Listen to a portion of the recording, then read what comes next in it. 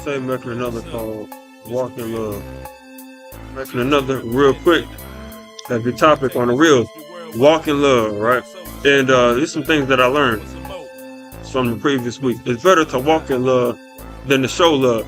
When you know you hear people say, show love, like you're putting in extra effort, right? Special effort. It's not something that you normally do.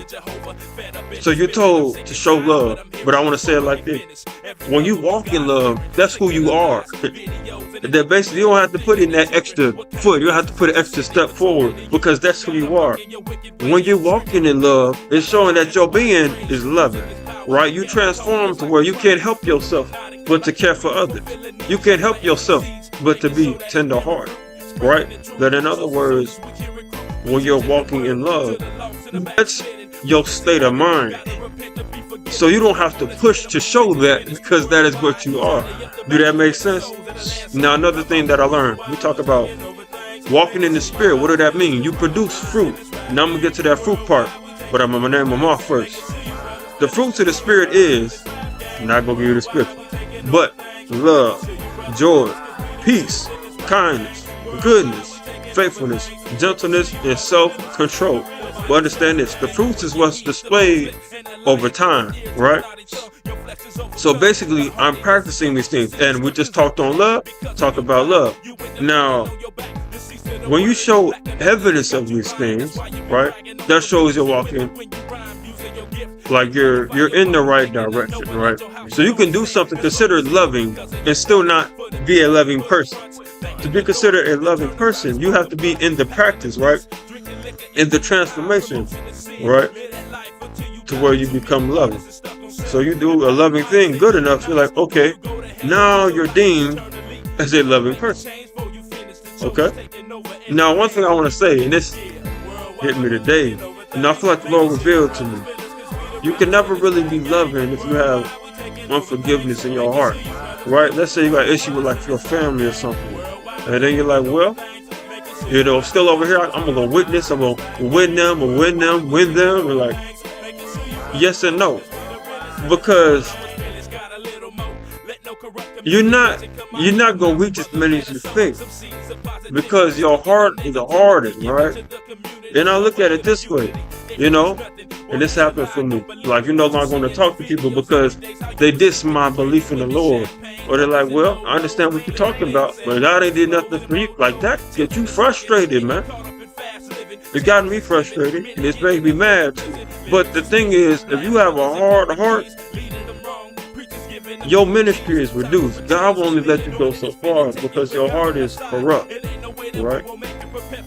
And it's not saying you have evil intentions, but God don't take kindly to bitterness neither, right? So even though I'm not doing an open transgression, I still have iniquity in the heart that must be dealt with, right? So when you minister through a hard heart, basically you're speaking to somebody, you're trying to at least. And the thing is, your ministry only goes so far because your heart is stone. And sometimes you'll be okay with it. You'll be like, well, I'm gonna be stone, I'm gonna be cold-hearted over here, but I am gonna minister and I am gonna be kind and tender-hearted. Those two can't coexist. You can only hide that for so long, right? You know, I know y'all heard it say, well, when the dark comes to light, it's the same concept. Like, well, I'm cold and I'm stone. I was like, handle that situation first. And it's not saying the Lord ain't, you know, doesn't like your actions, but he'll be even more pleased when you love others, because why? God is love. So we must display this. Got a scripture for you real quick. Galatians 5:14. It says, for all of the law is fulfilled in one word. Even in this, you shall love your neighbor as yourself. So I looked at it this way.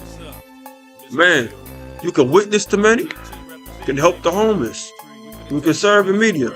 You can sow the bigger seed. You can be at every church event. Go hard in your prayer, like, Lord, whatever they have to do dealing with you, I'm going to help them. I'm going to help them.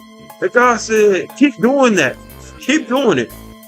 But the thing is, if you don't show love, you still won't measure up. Because I seen, it was in the book of Corinthians, and Paul was telling them, yes, you have the gift of speaking in tongues, but he says it's considered just clanging a cymbal if you don't have love. And I'm like, wow, you know, tongues has a lot of weight. But if you don't have love, doesn't mean anything. And then I even looked at it with prophecy, right? It's in the same. It's First Corinthians, chapter 13. So I wasn't. But anyway, right? It was talking about prophecy, and then it says mystery of knowledge, right? You will understand the mysteries, and you'll be given much knowledge. And that's the thing. That if you don't show love, guess what the Bible says? Your stuff adds up to nothing. So understand that if God is love, we must display love to others because God first loved us. That when we fail to do this, we show we don't really know Him. And therefore, they won't be able to hear us when we witness because we're obviously showing we don't know what we preach about. All right? True Saint, be back with another next week.